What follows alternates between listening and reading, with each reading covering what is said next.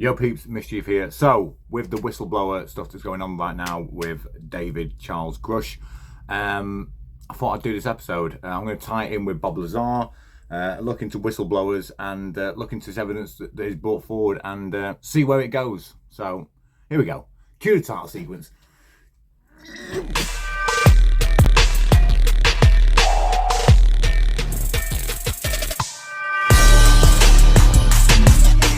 Yeah. Title sequence away.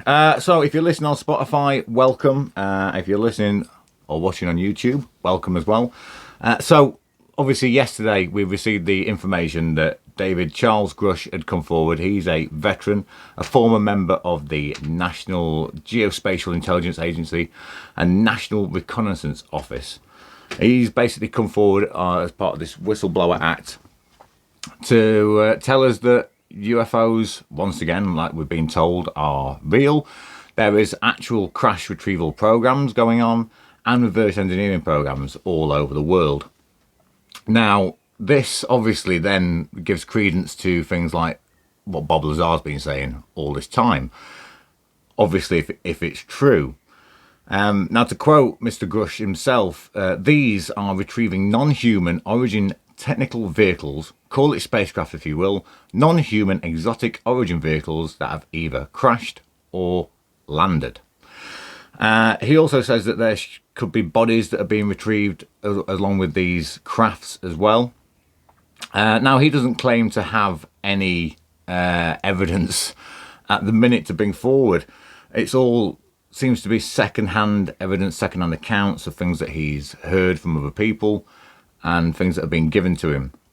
Now, I'm going to play a couple of clips for you, obviously, of David giving his accounts to news reporters. So here we go. This is the first time I saw him. This is what he said.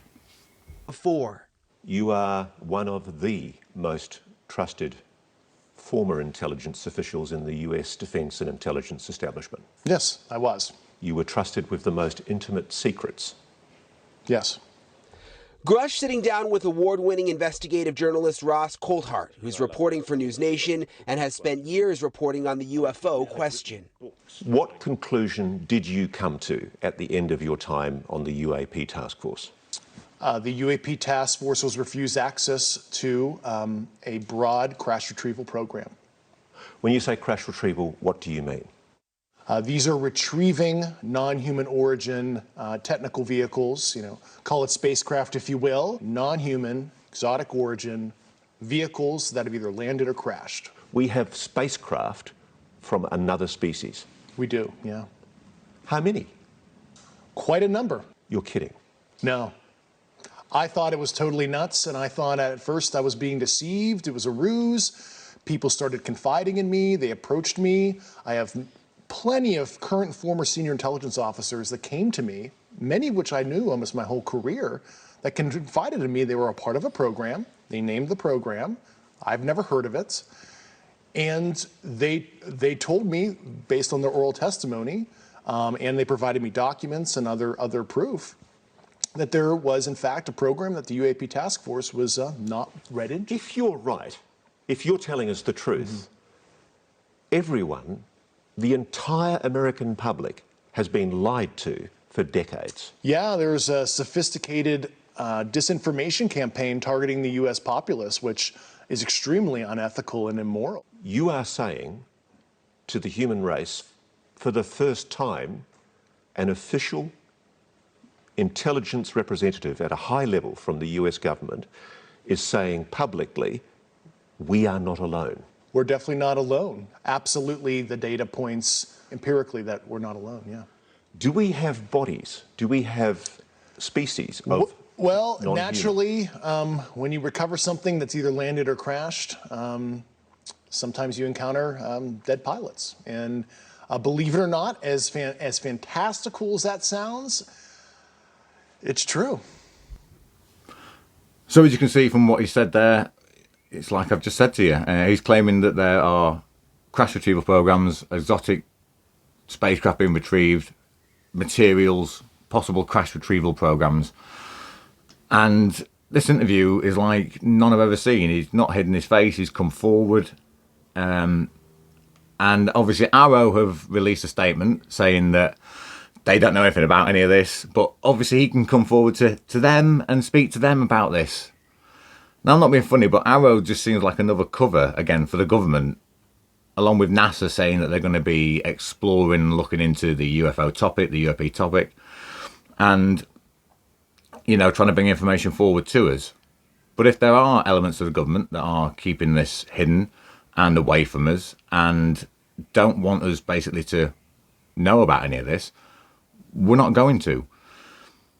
I've got a couple of reservations to the media portraying this, because you can look at it two ways. So you can go a complete conspiracy way, and are they releasing this information to get us ready for some kind of UFO disclosure that could actually be a fake UFO attack, or some other kind of means of control like they've used with COVID, etc. Or the other route is it's just a smokescreen, another thing to throw us off what's actually going off. Or there's a third out there option. It's true, and we're going to get actual disclosure, proper disclosure about alien life and what we've encountered and what we've actually picked up and what is here on our planet and their possible agendas. I don't know which is more terrifying, to be fair. It's what we've all wanted. It's what everyone in the UFO community has wanted forever, is some actual bloody answers on what do we actually know. Have we retrieved spacecraft? Have we got living aliens? Have we got alien bodies? Now, if you're going to believe what David Grusch says, then yes, apparently we have. Now, I'm going to throw your minds back, because I was going to do an episode on Bob Lazar. I probably still am going to do a What's the Deal with Bob Lazar, so I can bring up some of the shadier parts of his past for you and just cover those along with the other things, because obviously I have been doing What's the Deal with I've done What's the Deal with George Knapp, if you want to go watch that. It's an early episode. And What's the Deal with Jamie Corbell. Just very brief, a bit of background on them, so you sort of roughly know who these guys are that you're listening to. Obviously Bob Lazar is been in trouble with law. He's had brothels and other things like this associated with him. His background's been all over the place. David Grusch, he's a credible guy, former intelligence agency, ran the place. We can check his backgrounds and everything. He's bringing this information forward to us with second-hand accounts, whereas Bob Lazar was claiming to have second-hand accounts and briefings, which David Grusch is claiming that he's had briefings as well on this subject. But Bob obviously claimed first-hand accounts, experience of working on something, Element 115, on board these crafts and being taken on board a craft. And obviously we all end up knowing about Area 51, which has slowly been coming through from John Lear in the interviews before with George Knapp, sort of a secret area out there. But obviously Bob Lazar confirmed it all in Area S4, which obviously was later to be proven right. So the reason I'm tying Bob in with this is because it's a whistleblower thing, isn't it? I mean, technically, I suppose Bob could actually, if he did work there, this is part of it. I mean, I do admit, over time, I more and more believe his story from things that actually come out. And it's things that the government do and things like this. David coming forward and giving this information freely with knowing that it could damage his career and make him look like a nut. He's even said it himself. If he didn't believe this stuff or hadn't seen this, I don't think he'd be coming forward with anything. It doesn't seem like that type of guy. I don't know. I mean, maybe Joe Rogan can interview him. You never know. Maybe I'll invite him onto my podcast. I've got 4 followers, 4 people can listen to it. I'm fascinated. I want to talk to the guy because they released a statement basically allowing him to, the Pentagon allowed him to basically divulge the information that he has done, as long as there was no pictures, no documents or anything like that. But they denounced, they don't say that the information that he's given is correct either. So why then stunt him in what he's allowed to say or what he can and can't say if none of it's real? That to me seems a bit odd. Yeah, I've cut my finger. On Spotify, you can't see this. I've got a plaster on. I've cut my finger at work today, cleaning some windows, and I've got the pole on it. Anyway, going back to the story. Yeah, it's odd. I mean, it's on every channel now. Jeremy Corbell's been invited, obviously, to speak about it. This is actually one that I thought Jeremy would have brought forward himself if him and George had known about this. Maybe they do know about it. I mean, we've got other credible people from the government that have come forward. Commander David Fravor, I'm going to be redoing an episode on him and, linking it together with all this. I'll mention him in here because obviously he chased the Tic Tac UFO. He's come forward and said to us all, I chased this UFO. This is what happened. These are the accounts. These are the radar things that we saw. It didn't fire on me. It didn't do any crazy stuff that people have suggested. And it was Chase Underwood who actually caught the video of the Tic Tac a couple of hours later when they went out on their run. And he caught it. So Commander David Fravor saw it. Another pilot, another technician caught it on FLIR. That's how we had that video. How it was released to us all is still unclear, and where it actually came from. The same with the gimbal video. Now, if we are to believe what David's telling us, then, like I said, it backs up what Bob Lazar's saying. It backs up pretty much what anyone from the government's ever said, who's come forward and said we have secret programs, that countries all over the world have their own secret programs running, and they've all got some kind of crash retrieval or know in some way what's going on. So this brings me back to my point on the Ministry of Defence in the UK. We know that they have a programme. It's in DFR5.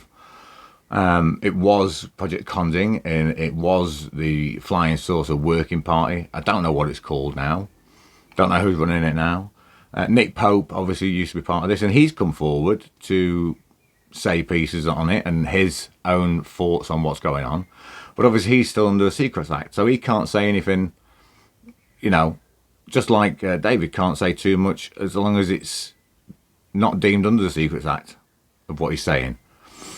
So my question is to the UK once again, do we have any pilots that want to come forward? Do we have anyone in our government who's going to come forward and actually say,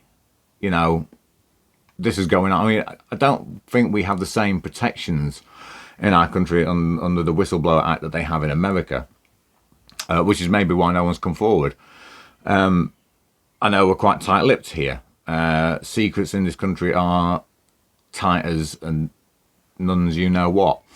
But someone here must be able to back this stuff up. We can't just let America come forward and tell people, because the problem is that with everything that's been going on over the years, we don't believe anybody anymore. I don't know if we'd believe you if you came forward, UK government, but we must be looking into this as well. We must be studying this as well. We must have people in this country that know about UFOs as much as what the other countries do know. And whether they've got crash retrieval programs. Like I said, we've been seeing UFOs over this country for hundreds of years. And at least for the last 80, 90 years since World War I, World War II.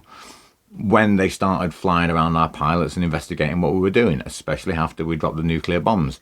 And then all the stuff like Rendlesham Woods, which I'm going to be covering again in my episode 1961 to 1980 odd, wherever it finishes, 85 I believe, that I'll be covering up to, and then doing 85 to 2000, and then up to the modern era, because I'm trying to get a timeline for this, so that if you are interested in UFOs, you can sort of look through my videos and you can gauge for yourself a timeline of when we started seeing a lot of stuff, when different events actually occurred, when abductions took place first, just like the Betty and Barney Hill one that we have, when things were recorded, and basically what happened about them and where they went from there. So when we look at this then, because I'm not trying to lecture anyone on it, and you've got to make your own minds up on it.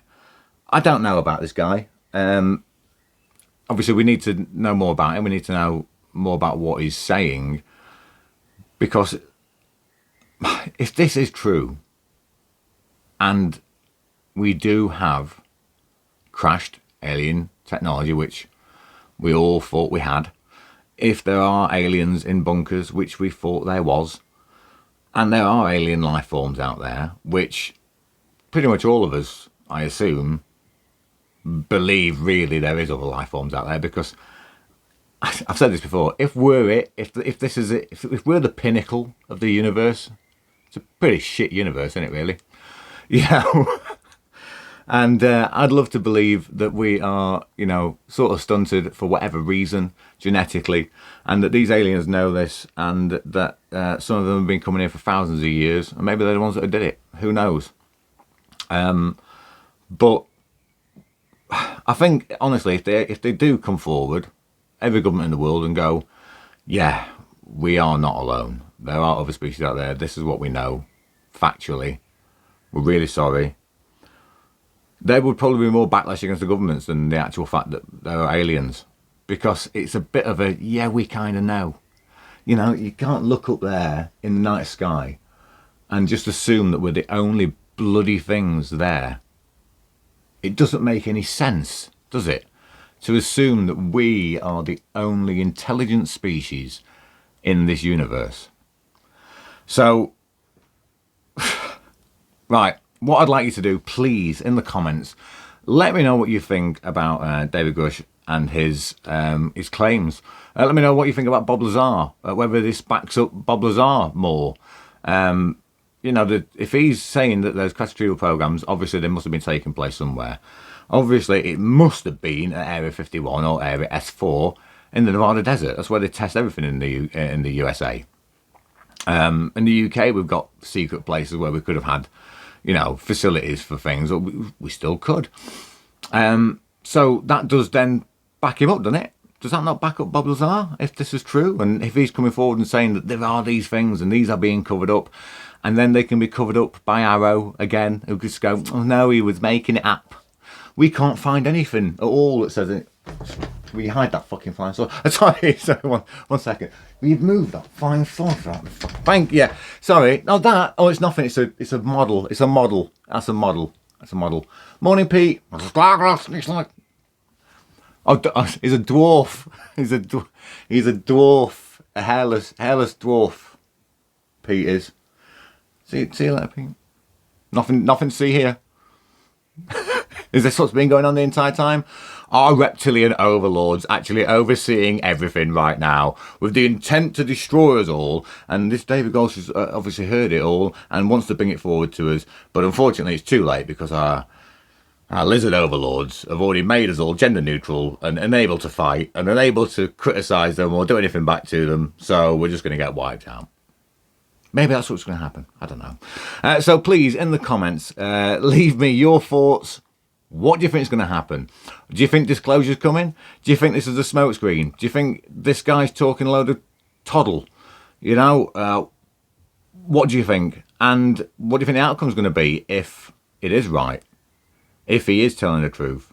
And if we do finally get to the bottom of the UFO mystery?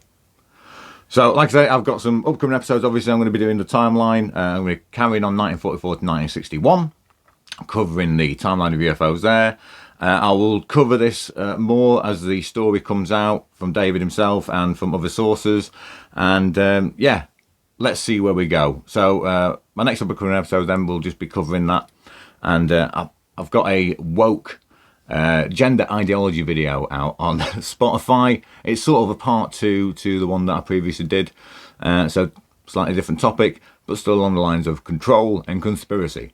So anyway, I have been Mischief. Thank you very much for listening to me. And don't forget, leave me a lovely comment, please.